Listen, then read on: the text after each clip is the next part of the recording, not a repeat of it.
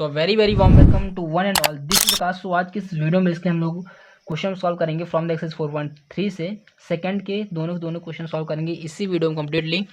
तो एक बार आप लोग क्वेश्चन को समझ लीजिए, क्वेश्चन में करना क्या है, एंड फिर हम क्वेश्चन को सॉल्व करने स्टार्ट करते हैं। ठीक है, तो क्वेश्चन में हमें क्या करना है, यहाँ पास लिखा गया है फाइंड द वैल्यूज ऑफ के की हमें वैल्यू फाइंड करना है for each of the following quadratic equation so that they have two equal roots. ये जो हमारे पास बेसिकली क्वाड्रेटिक इक्वेशन है ना, इनका जो रूट्स है मतलब एक्स की जो वैल्यू आ रही है ना वो बराबर आ रही है। इक्वल रूट्स मतलब यहाँ पास हम कह सकते हैं डी, जो इनका यहाँ से हम डिस्क्रिमिनेंट निकालेंगे बी स्क्वायर माइनस 4ac, ठीक है, वो क्या आएगा, जीरो के बराबर आएगा। तो इन क्वाड्रेटिक इक्वेशन के लिए हमें के की वैल्यू फाइंड करके दीजिए, बस इतना करना है। तो डी हमें दिया गया है जीरो के बराबर है, माइनस बी स्क्वायर मतलब बी स्क्वायर माइनस 4ac हम लगाते हैं और निकाल लेते हैं। देखो आपको यदि समझ में नहीं आ रहा, क्वेश्चन की स्टार्ट करता हूँ, आपको समझ में आ जाएगा। ठीक है, तो क्वेश्चन हमारे पास क्या है, पहला समझते हैं।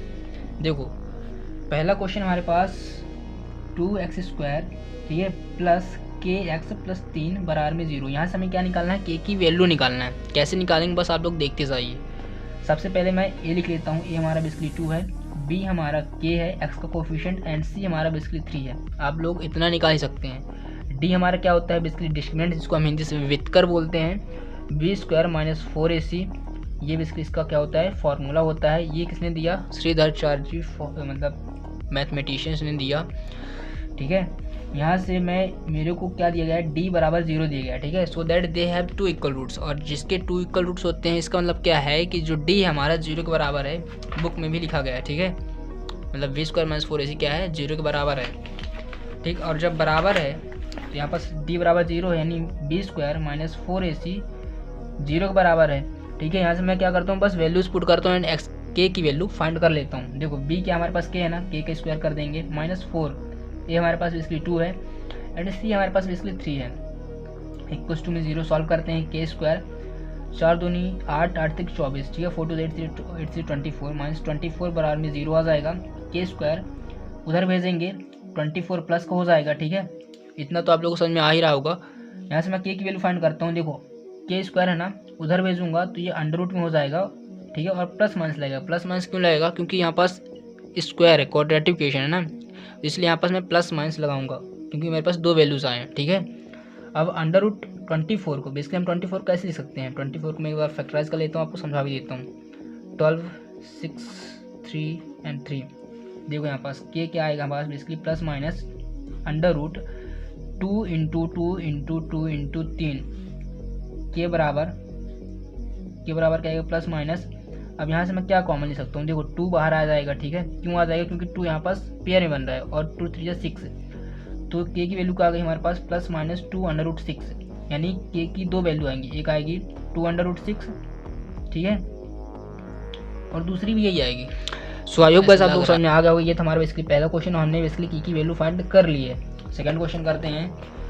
दूसरा क्वेश्चन यहीं पास कर देता हूँ मैं। ठीक है, दूसरा क्वेश्चन क्या है हमारे पास, सो गाइस दूसरा क्वेश्चन हमारे पास है बेसिकली, यहाँ पास सॉल्व करता हूँ मैं। ठीक है, दूसरा क्वेश्चन हमारे पास बेसिकली के एक्स, ठीक है, इंटू में एक्स माइनस 2 प्लस 6 बराबर में 0। ये हमारे पास दूसरा इक्वेशन है, यहाँ से हमें के की वैल्यू फाइंड करना है। करते हैं उसी तरीके से करेंगे जैसे कि हमने पहले क्वेश्चन में किया था। इसको थोड़ा सिंप्लीफाई करेंगे तो हो जाएगा के एक्स स्क्वायर मल्टीप्लाई करेंगे माइनस 2 के एक्स, ठीक, इसको मल्टीप्लाई करेंगे तो, और प्लस का 6 बराबर में 0।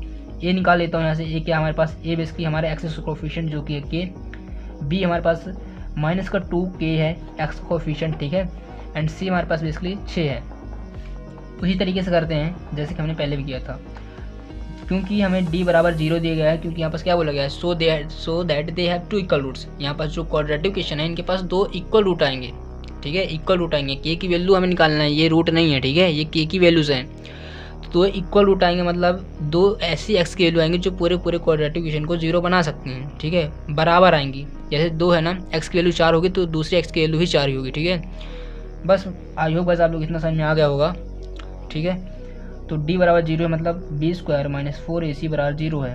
ठीक है, बराबर में 0 है। बी हमारे पास क्या है, माइनस 2 के का स्क्वायर करेंगे माइनस 4 इंटू ए हमारे पास बेसिकली के है, एंड सी हमारे पास बेसिकली 6 है, बराबर में 0।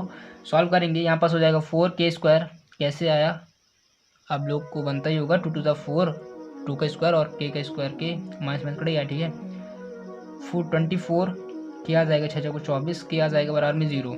अब यहाँ पर हम क्या कर सकते हैं, यहाँ पर हम एक फार्मूलेस कर सकते हैं, क्वाड्रेटिक फार्मूलेस कर सकते हैं, या फिर हम फैक्टराइजेशन मेथड से भी कर सकते हैं। तो मैं क्वाड्रेटिक फार्मूला यूज़ करता हूँ, ठीक है। क्वाड्रेटिक फार्मूला से मुझे यदि इस के की वैल्यू निकालना है, ठीक है, या फिर मैं क्या करता हूँ एक फैक्टराइजेशन मेथड अप्लाई कर लेता हूँ, ठीक है, बहुत ईजिली।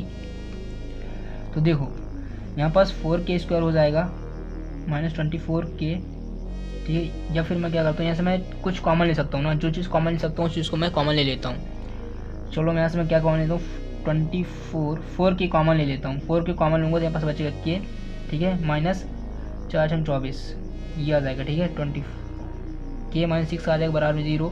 अब ये जो 4k आया है ना कॉमन, अब देखिए जो हमने कॉमन लिया वो सही है कि नहीं, एक बार मैं चेक करके बता देता हूँ।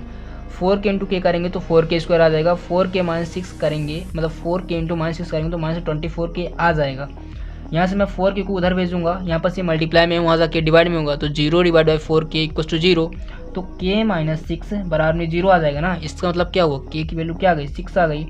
तो यहाँ से हमारे पास इसलिए k की वैल्यू आ गई 6। बस हमें यही करना था क्वेश्चन में, मतलब क्वेश्चन हमारा खत्म हो चुका है, ठीक है। तो k की वैल्यू आ गई हमारे पास 6 and this is the question है। यहाँ से हमने basically so this is the question and I hope वैसे आप लोगों को समझ में आ गया होगा। यदि आप लोग को ये क्वेश्चन समझ में नहीं आया तो प्लीज़ यार दोस्तों एक बार फिर से वीडियो को वॉच कर लीजिएगा, आप लोग को अच्छी तरीके से समझ में आ जाएगा। So this is the question. So मिलते हैं नेक्स्ट वीडियो पर विद नेक्स्ट क्वेश्चंस, तब तक लिए